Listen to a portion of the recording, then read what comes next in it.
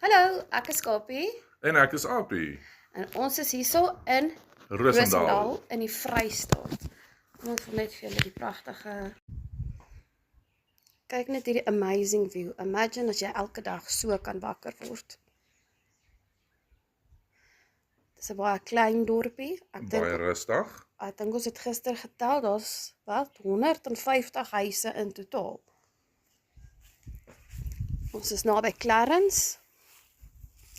So as jy bietjie wil gaan explore by Clarence, is jy welkom. Oeh, hier is die lammetjie. Sê hallo lammetjie. Hier agter. Laat ons net hier deurloop. Nog 'n amazing ding is, die plek is pet friendly. So jy kan jou diertjies saambring.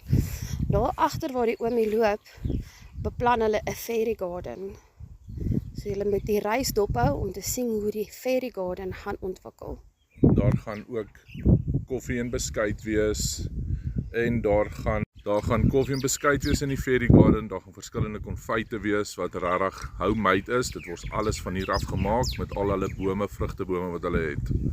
So as julle meer wil sien van wat ons aanvang, follow, subscribe en like. Lekker dag. Bye!